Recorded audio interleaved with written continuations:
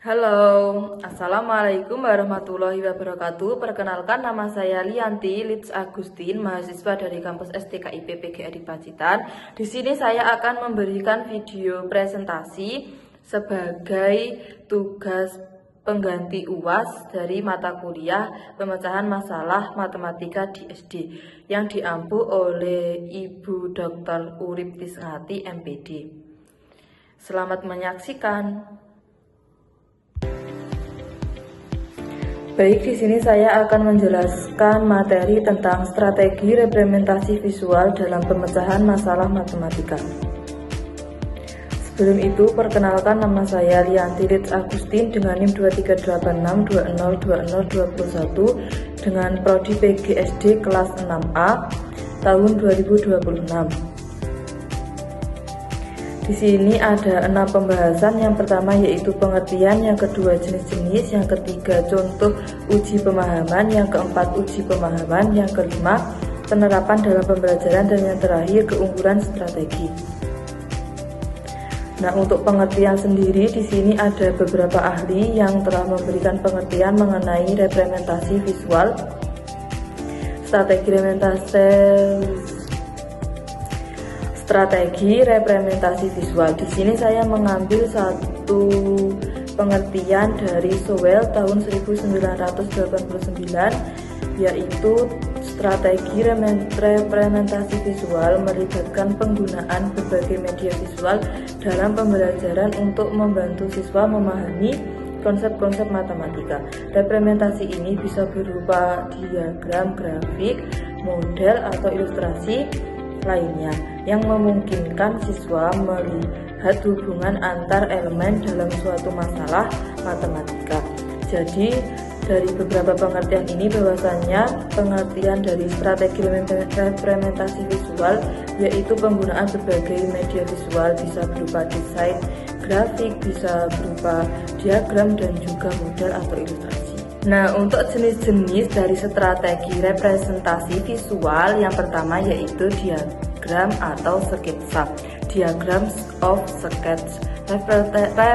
Representasi ini digunakan untuk menggambarkan hubungan antara elemen-elemen dalam suatu masalah, seperti diagram Venn, pohon keputusan, atau sketsa geometri menurut Pressmax tahun 2006.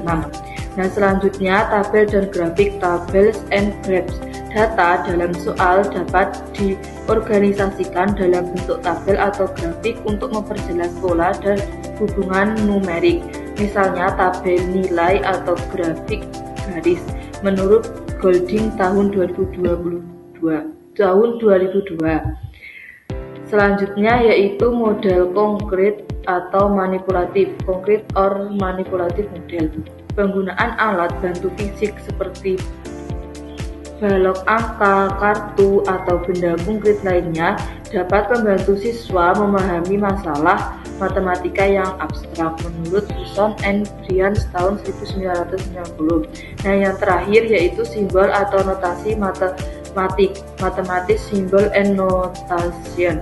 Kadang-kadang representasi dengan simbol matematika seperti persamaan atau ekspresi aljabar dapat membantu menyederhanakan permasalahan dan menemukan solusinya menurut Stylinau tahun 2010. Selanjutnya yaitu contoh uji pemahaman. Dari contoh ini saya mengambil sebuah contoh, yaitu seorang petani menanam buah semangka di lahannya.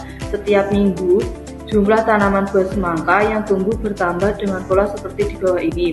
Jika pola pertumbuhan ini terus berlanjut, berapa jumlah tanaman pada minggu ke-6? Nah, pada minggu pertama jumlah tanamannya ada 5, minggu kedua ada 10, minggu ketiga ada 20, dan minggu keempat ada 40. Nah, untuk menjawab pertanyaan dari contoh uji pemahaman tentang berapa jumlah tanaman pada minggu ke-6, berikut cara-caranya, yaitu yang pertama, menggunakan representasi pola pertumbuhan dalam bentuk tabel atau grafik. Pada bagian uji contoh pemahaman ini telah menggunakan tabel, dan selanjutnya amati pola angka 5, 10, 20, dan 40. Selanjutnya perhatikan bahwa setiap angka merupakan hasil perkalian 2 dari angka sebelumnya. 5 dikali 2 itu 10, 10 dikali 2 itu 20, dan 20 dikali 2 itu 40. Untuk menjawab hasil dari minggu ke-6 berarti pola ke-5 dan ke-6 itu juga dikalikan 2. Pada pola ke-5, 40 dikali 2 menjadi 80, dan pada pola ke-6 yaitu 80 dikali 2 menjadi 180. Dapat disimpulkan bahwa pada minggu ke-6 jumlah tanaman adalah 160 tanaman buah semangka. Selanjutnya dalam penerapan dalam pembelajaran matematika. Yang pertama, strategi representasi visual ini dapat diterapkan dalam pembelajaran berbasis masalah atau biasa disebut dengan problem based learning (PBL). Siswa diajak untuk menyelesaikan masalah dengan membuat representasi visual sebelum menentukan solusi. Selanjutnya, pendekatan kontekstual. Representasi visual digunakan dalam konteks masalah nyata sehingga siswa dapat lebih memahami aplikasi matematika dalam kehidupan sehari-hari. Dan yang terakhir yaitu penggunaan teknologi dan perangkat lunak matematik. Program komputer seperti GeoGebra atau Desmos memungkinkan siswa membuat representasi visual yang lebih dinamis untuk membantu eksplorasi konsep matematika. Selanjutnya yaitu keunggulan.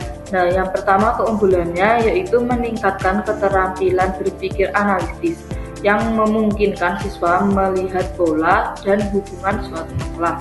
Yang kedua, membantu pemahaman konsep. Membantu siswa menghubungkan konsep-konsep abstrak dengan bentuk yang lebih konkret. Dan yang terakhir, yang ketiga, mempermudah komunikasi matematika. Diagram dan grafik mempermudah siswa menjelaskan ide mereka kepada orang lain. Nah, dari pemaparan materi mengenai strategi representasi visual dapat disimpulkan bahwasanya strategi representasi visual merupakan salah satu pendekatan yang efektif dalam pembelajaran pemecahan masalah matematika. Dengan menggunakan berbagai bentuk representasi seperti diagram, tabel, grafik, dan simbol matematik, siswa dalam memahami masalah dengan lebih baik dan menemukan solusi yang lebih sistematis. Strategi ini juga mendukung berbagai gaya belajar siswa dan meningkatkan keterampilan berpikir kritis serta analitis dalam matematika. Demikian presentasi saya mengenai materi strategi representasi visual. Semoga bermanfaat dan terima kasih. Wassalamualaikum warahmatullahi wabarakatuh.